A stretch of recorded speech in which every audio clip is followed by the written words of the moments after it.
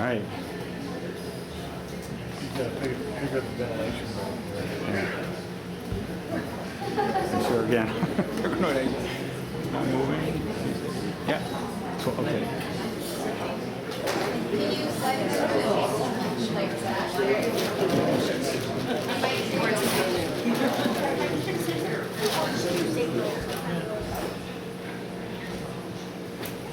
All right. Okay, we're going to start now, everybody. First off, let me welcome everyone to the Firewheel Community Coffeehouse.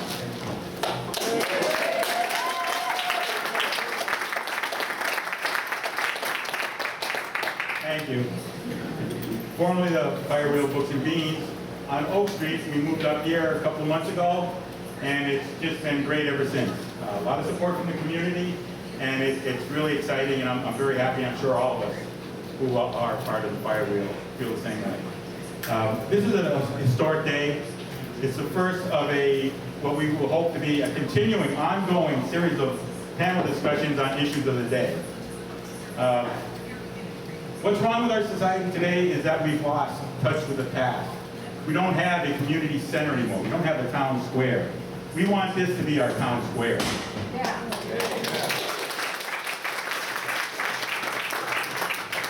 It used to be when you wanted to find out what's going on, you go down to the town square, you talk to your neighbors face to face. You discuss problems, issues, your likes and your dislikes. And you came together to make it a better community. That's our goal here. Nothing else. We want to make our community, our country, our world a better place to be in and to have our children grow up in. And that's what we're hoping to start tonight. We chose the NSA surveillance gathering because of a number of reasons. Obviously, it's an infringement on our rights, as far as a lot of us are concerned, but it's also an issue on which there is a lot of overlap, where people from different parts of the political spectrum can come together and find agreement. And hopefully that's what will come out of this meeting tonight. And it's a message that we can give to our elected officials. They always like to say, well, you know, this is what my people think. Well, you know, it's not your people or their people, it's us. We are the people. We want them to represent us. What comes out of here tonight, we hope will send a message to the politicians that it's time for them to start representing us.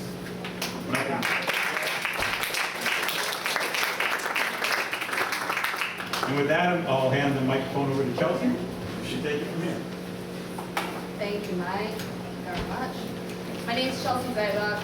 I'm a concerned citizen. I answer my phone every day, first with the greeting, hello NSA, and second with, hey mom, how you doing? My personal agenda, and I do have one, is, like Mike said, to bring people from the community together, to talk about these things which seem so taboo. It seems like, you know, I'm a Republican, you're a Democrat, so we can't talk about this together, and that's just not true. And we are, right now, by being in this room, you are defying that stigma. So thank you for showing up tonight and being, like I said, the smartest of your friends. So thank you.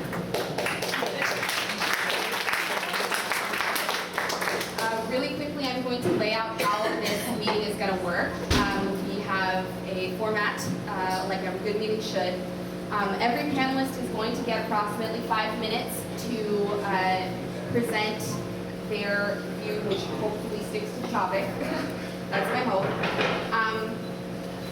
Bear in mind that we're here to discuss openly and maturely the issues that face us all as members of the community. So I would ask that you not talk over the panelists or your community members. Reserve your comments, questions, pissed off outbursts for when you have a chance, and you will have a chance, I promise.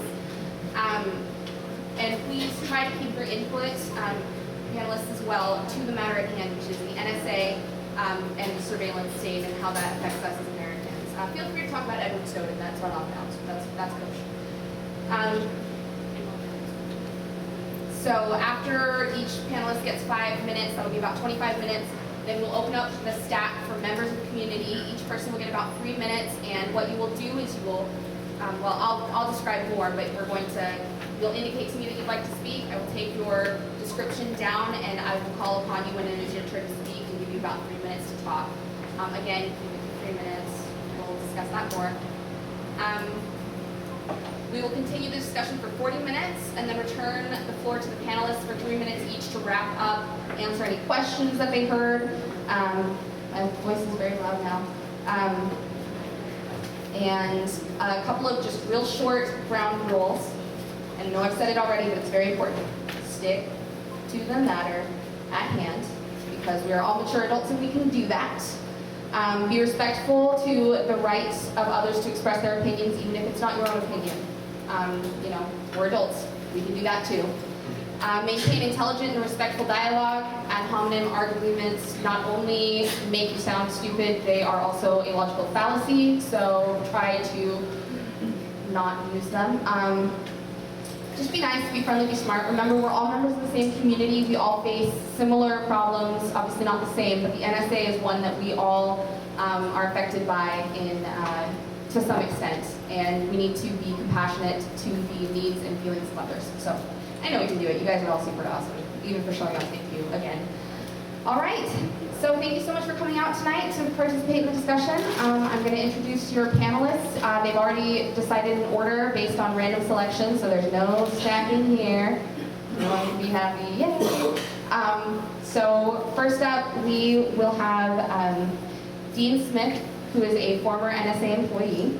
Then we will have Joel McGehee, who is a representative from the Snohomish County Green Party. We will then have Brian Landsberger from the Snohomish County Republican Liberty Caucus, followed by Linda Newton from Veterans for Peace, and finally Matt Waller from the International Socialist Organization. Panelists, feel free to take an extra minute for your discussion to introduce yourself and your organization if you'd like. So, without further ado, yes. Without further ado, I give to you, Dean Smith.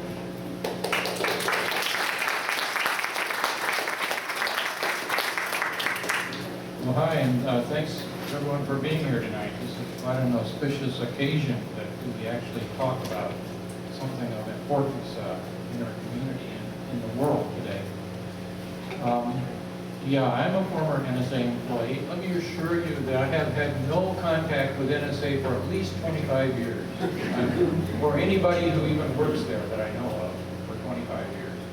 So it's been, so in theory, everything I know should be declassified by now, and totally sure that's not true.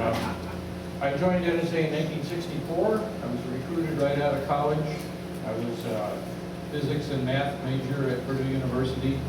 And that was 1964. That was 7 years after Sputnik. That we were building up for the Vietnam War at that time. The Cold War was in full swing, so NSA was growing rapidly. And they would hire anybody, including me. I was not a particularly bright student, but I happened to be in the right place at the right time several times in my career. And I got to learn an awful lot and see a lot about how NSA works. I spent my time there. I was there, I started in 64, I left in 78, so I was there about 14 years. The first 10 years of my time there, I was, I can see I'm the only guy up here who doesn't have notes. I don't know what that means. Maybe I'm the only one who knows what I'm talking about.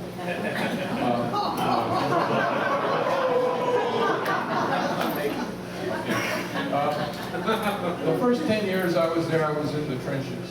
You know, I did boring, dull, routine engineering analysis work, engineering data, and it was pretty boring stuff.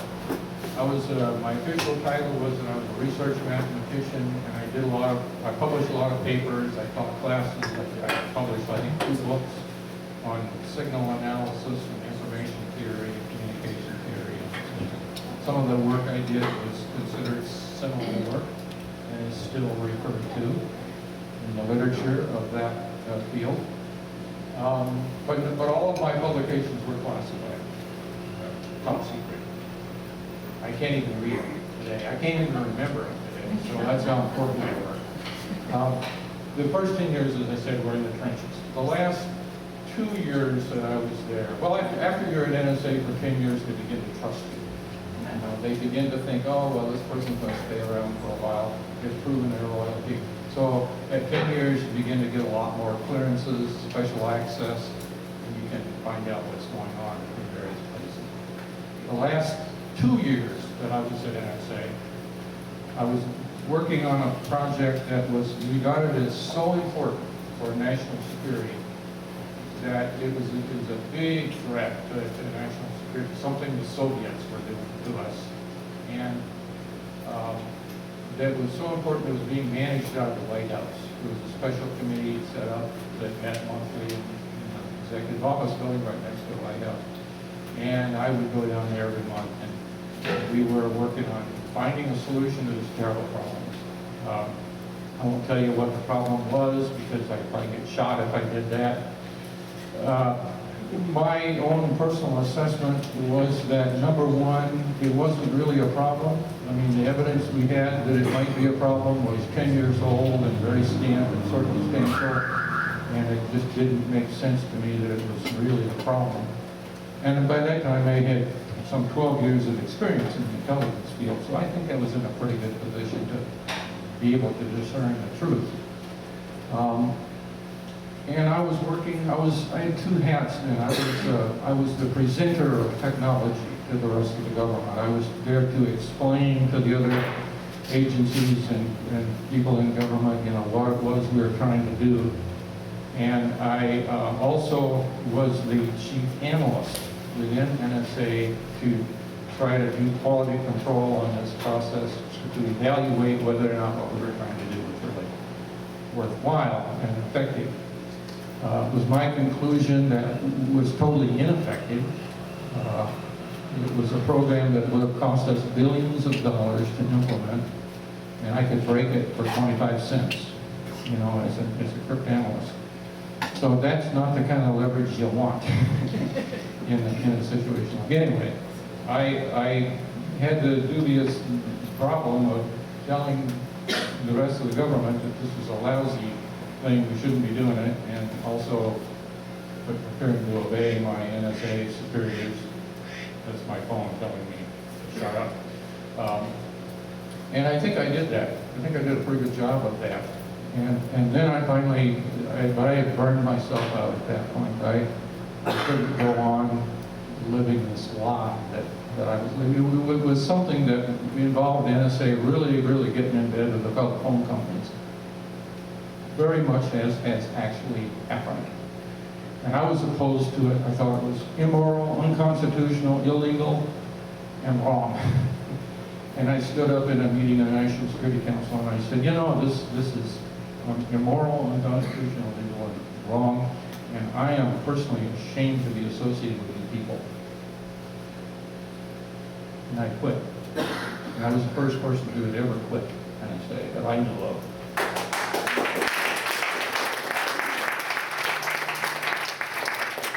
And so here I am now in Snohomish County. I'm a farmer.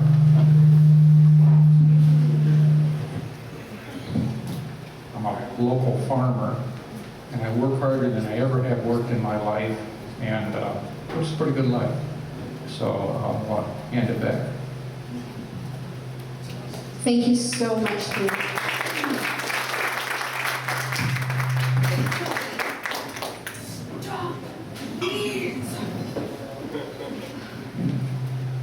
I'm going to have a fit. Okay, you can hear me just fine right now. All right, I gave Dean about 6 minutes because I did not start it at the right time, so everybody gets 6 minutes now. So good job, everybody. Goodness gracious me. Next, we have Joel.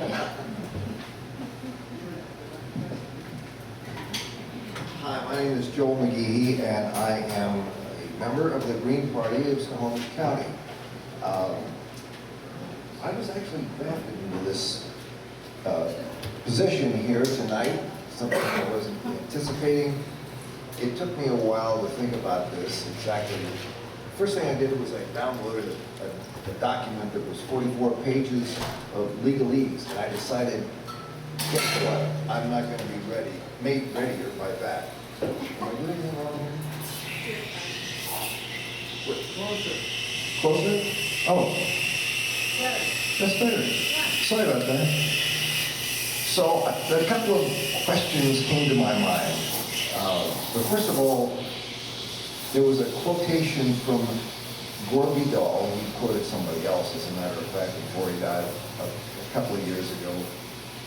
And he said, you can't have democracy and sorry about that, all of a sudden I'm losing it here. Democracy and empire at the same time, because it requires a kind of schizophrenic thinking. If we place ourselves in that position of being apart from and different from and superior to the other people in the world, and demonstrate that by blowing them up with goddamn drones, with drones, and treating them as if they were not important, suborning their officials, their governments, robbing their resources, oil, a whole lot of those things, then we're going to suffer the consequences. And one of the consequences are that we have, for example, right now, a place called Guantanamo, where there have been people there for what, 12 years, 10, 11, 12 years now? How long is it? I don't remember, but it's a long time. Yeah, I know. No, this is it. We're on the subject. So we have those guys, and does anybody want to guess? I'm not going to ask you to answer right now. How long it'll be before those guys are out of there? The answer is most likely never. Why? Because they are, if they weren't terrorists when they went in there, they are now, and they'll be determined to do something to the people who put them there. So here we are looking at a situation where we would like to be able to maintain our democracy, maintain privacy, and yet the situation, according to the government, demands that we invade the privacy of all of us to keep those people who we've insulted by supporting their governments, by blowing them up and stealing their resources, to keep them from coming after us. We're in a spot, and so I was listening to a program last night. The guy says, well, you know what? I'm really glad that we have the NSA out there protecting us from those folks. How much time do I have? About 2 minutes. Okay. I'm glad that we have those people protecting us.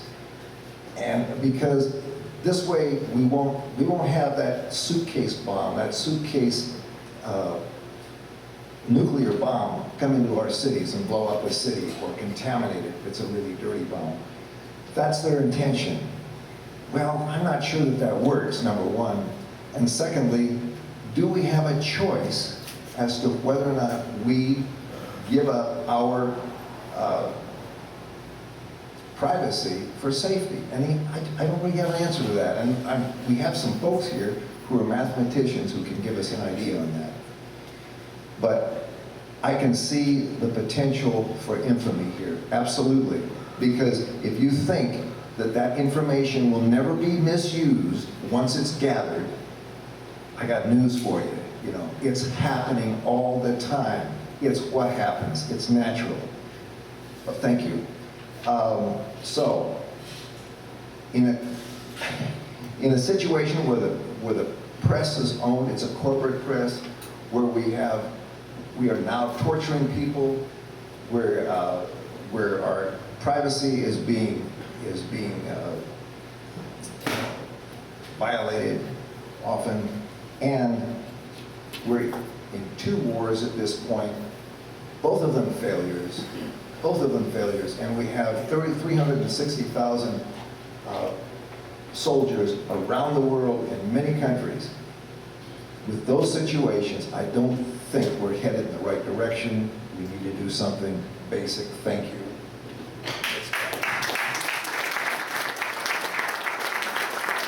Thank you, Joel. Now we have Brian. How you guys doing? All right. So, we're here today to talk about whether or not it's the actions that the NSA is undertaking, that it's spying on all of us as citizens, is, according to the invite, legal and necessary to keep us safe from terrorists, right? Well, there's a lot of hidden propositions in this statement, and let's just talk about those. The first and most striking one is the term legal. We would say that if you accept this, and you say that it is legal for the government to arrogate to themselves powers to spy on the private conversations of free citizens, not slaves, not serfs. Nowhere has such a delegation of power been made in the Constitution. And in fact, it is expressly or implicitly prohibited under the 1st, 4th, 5th, 9th, 10th, and 14th Amendments, 14th, Section 1. Therefore, if we accept that our conversations, our thoughts, our actions, are our own private property, then the government doesn't have the right to take that from us. Second, you'd say, well, second, you might say that these aren't necessarily legal under the Constitution, expressly, but the Supreme Court has ruled that the intelligence community can gather information in order to keep us safe. Well, if we accept that logic, then we're also forced to accept other bad decisions, such as Plessy versus Ferguson, Dred Scott, and Buck versus Bell. Anyone in favor of those? Dred Scott, maybe? I don't think so. If we accept that logic, then what we are really saying is that it's okay because the Supreme Court says so. And therefore, when governments are clearly wrong, even when they're criminally wrong, they're really not wrong. At first blush, this premise just opens up the American population to a near limitless number of abuses by the federal government. But when you really think about how big and wide the American population is and how we live in an international time, in a time where communication is international, this actually opens up abuses to people worldwide. This isn't just injury against the American people, this is injury against everybody in the entire world. It may be argued that these policies are necessary for the government to keep us safe from terrorists. Well, let's talk about that. What is the definition of terrorism? If we accept the premise that the state itself or the government may be a criminal organization, and that the abuses that the NSA constitutes are criminal behaviors we've already talked about, then are we not already living in a regime that has the germ of terrorism built in? Well, we're not the Soviet KGB and the East German Stasi, the very same thing, information gathering apparatuses as the NSA. If living under the authority of a criminal regime devoid of any meaningful limitation is not terror, then I really don't know what is.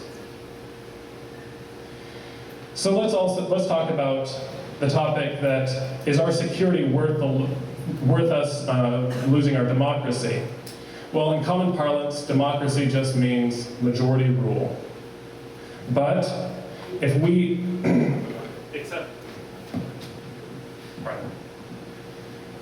If we accept majority rule, then we have to accept the notion that we are the government as a majority. What we would then say is that we, the term we, to quote Rothbard, and it's kind of funny for a libertarian to sit up here quoting Rothbard in front of a bunch of socialists. But the term we enables an ideological camouflage to be thrown over the exploitive reality of political life. For if we truly are the government, then anything a government does to an individual is not just and tyrannical, but is also voluntary on the part of the individual concerned. Did anybody here consent to being spied on, though? I don't think so. If the government, continuing, if the government drafts a man or even throws him into jail for dissident opinions, is he not, quote, doing it to himself if we are the government? And therefore nothing improper has occurred. Bradley Manning, anyone? Right? Is this America? Is this actually the world that we are living in? And so we have to conclude that we are not the government. That the government is not us, and that they do not represent in any accurate sense us and our ideals. If a majority of the people said that we should murder and enslave 10%, or even 90% of us said that we should murder and enslave 10%, it would still be murder and enslavement. Crime is crime, aggression against rights is aggression. No matter how many citizens agree to the oppression, there is nothing sacrosanct about the majority. The lynch mob, too, is the majority in its own domain. So, I'll wrap up here. What we're talking about is limitations on the government. We're talking about something that the government is doing that it should not be doing. This is a very libertarian principle. And so I think that it is correct for us to say that in this room, in a certain sense, we're all libertarians now.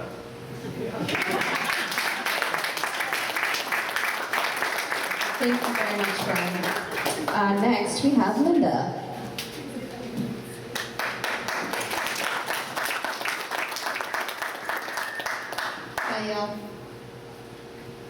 A quote from Bruce Fine, constitutional lawyer for Ronald Reagan, all the way back to 2006. The most conservative principle of the Founding Fathers was distrust of unchecked power.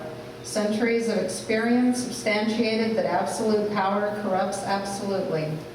The Constitution embraced a separation of powers to keep the legislative, executive, and judicial branches in equilibrium. My name is Linda Newton. I'm a member of Veterans for Peace, and I'm here tonight because I took an oath when I was sworn into the Army that I would protect and defend the Constitution of the United States against all enemies, foreign and domestic. This is the same oath that elected officials take when they're sworn in, including the President of the United States. Since 9/11, there's been, at first secretly, but increasingly openly, a revocation of the Bill of Rights for which this country fought over 200 years ago. In particular, the Fourth and Fifth Amendments of the U.S. Constitution, which safeguard citizens from unwarranted intrusion by the government into their private lives, have been virtually suspended. Specifically, the U.S. Patriot Act, signed into law in 2001, reauthorized in 2006, allows the government to conduct sneak and peek searches at your home and office without notifying you, collect information such as medical and financial records, imprison the person that notifies you that the information has been requested, and detaining non-citizens indefinitely merely on suspicion. The constitutional rights that were lost include the 1st, 4th, 5th, 6th, 8th, and 14th. Continuing to the John Warner Defense Authorization Act, signed into law in October of 2006, expanded presidential power to declare martial law and take control of the United States National Guards without state governor authorization. Required presidential accountability via reports on interrogation and torture, and further nullified by the President Bush's October 17th presidential signing statement. The constitutional rights that we lost, the entire Constitution, including the Bill of Rights, was suspended under martial law.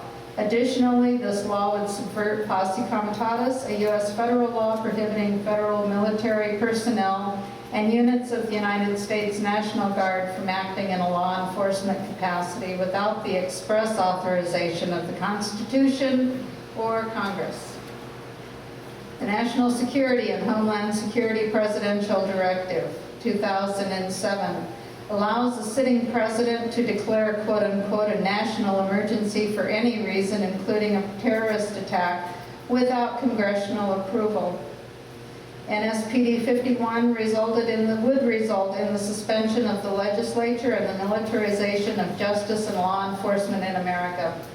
Think about the cops that you see that used to wear regular uniforms and now they're dressed up like they're going to start a riot. Going to a riot.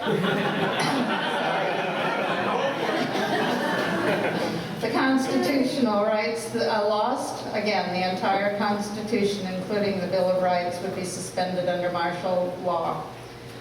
Foreign Intelligence and Surveillance Act, good old FISA, 2007, expands the power of the executive branch to spy on Americans without FISA court approval, allows the Attorney General to issue program warrants for international calls without court review, and contains no protections for Americans whose phone calls and emails are caught up in the dragnet.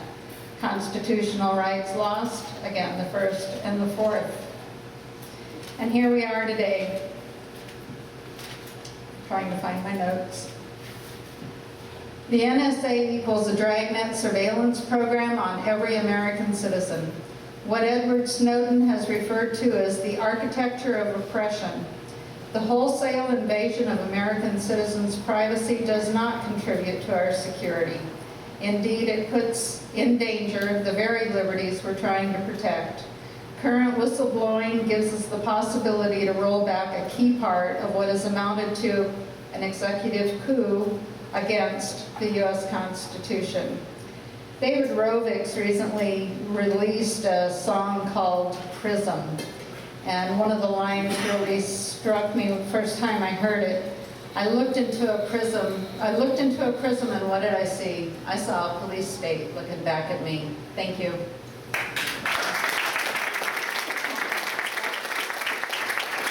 Thank you, Linda. Lastly, we have Matt.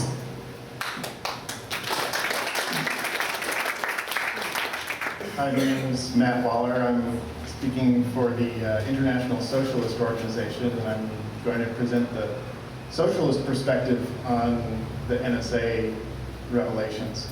But as has been said earlier, we're sort of all in the same boat. When the government declares war on its own people and determines to spy on everybody, then people had better unite to at least join common cause for that. And